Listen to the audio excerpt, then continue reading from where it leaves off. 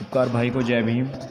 जय भीम। और हम गांव धनेड़ा की टीम जो यूथ हैं, युवा हैं हमारे समाज में, जो है बेचारों ने साहस किया है और आप लोगों के आशीर्वाद लेने के लिए और आप लोगों से कुछ सीखने के लिए आज इधर आए हैं। और जो अभी समाज में जो है पंचायत चुनाव का भी दौर है, और क्योंकि काफ़ी समस्याओं से हम लोग जो है जूझ चुके हैं, तो इस विषय में हमारी प्रगति के लिए, हमारे समाज की प्रगति के लिए आप युवाओं को क्या संदेश देना चाहते हैं? क्योंकि आप ज़िला मुजफ्फरनगर की जो यूनिटी है, जितने भी अम्बेडकर राइट्स संगठन हैं, वो सभी आपको सर्वोपरि मानते हैं। और आप हमारी मुजफ्फरनगर बेल्ट के जो हैं एक बहुत अच्छे हमारे सम्मानित जो हैं, एक तरह से टाइगर हैं बाबा साहब के मिशन के, गुरु रविदास जी के मिशन के।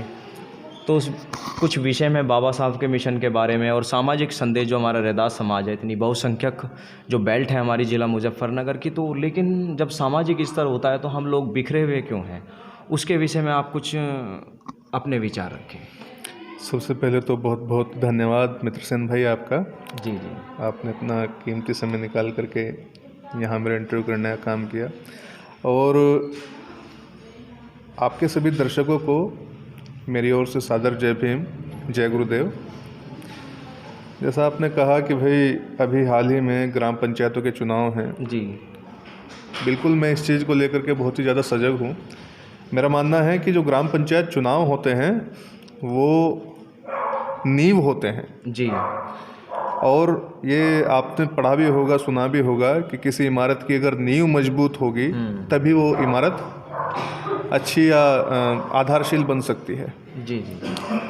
तो मेरा प्रयास है कि यहाँ पे अपने उत्तर प्रदेश में जी इस नींव को मजबूती से रखा जाए जी।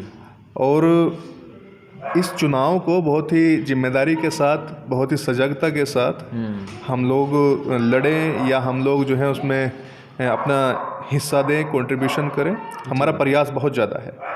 हम उसके माध्यम से प्रयास कर रहे हैं कि इस बार अधिकांश हम लोग अपने समाज के लोगों को जागरूक करके उनको वोट की वैल्यू का जो है, वोट की जो वैल्यू होती है उसके बारे में बताएं। क्योंकि बाबा साहब द्वारा जो हम लोगों को ये अधिकार प्राप्त कराया गया, ये हमारे लिए किसी संजीवनी से कम नहीं है।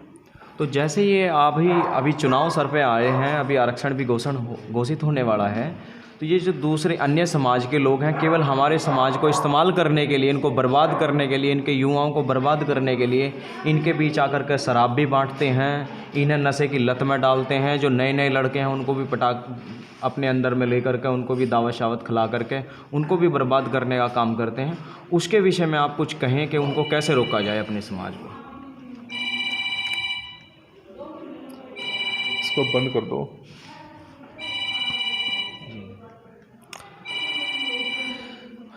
देखिए, ये सारी चीज़ें बहुत ही दुखदाई हैं, निंदनीय हैं, क्योंकि मेरा मानना है कि हम लोग अपनी वोट की वैल्यू को नहीं समझ पा रहे हैं। जी। देखिए, जो कैंडिडेट होता है वो किसी न किसी तरीके से अपनी बात को मनवाने के लिए प्रलोभन भी देगा, डराएगा भी, धमकाएगा भी, लेकिन वहाँ जहाँ वोट डलता है वहाँ कोई दिखा करके थोड़ी वोट देता है कि मैंने आपको वोट दिया या मैंने किसी और को दिया।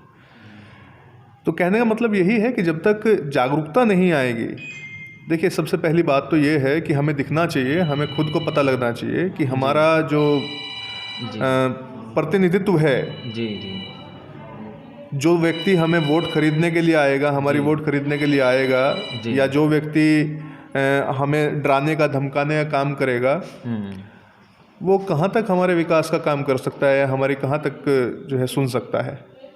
क्योंकि कल को अगर हम उसको वोट देंगे जी, तो वो आदमी हमारी वोट लेने के बाद हमारा काम नहीं करेगा, क्योंकि अगर हो सकता है वो उसने प्रलोभन दिया, उसने दारू पिला दी, तो सबसे पहले वो जो पैसा उसने खर्च किया वो पैसा अपना पूरा करेगा, उसके बाद वो समाज में जो है, गांव में, अपनी पंचायत में ध्यान देगा।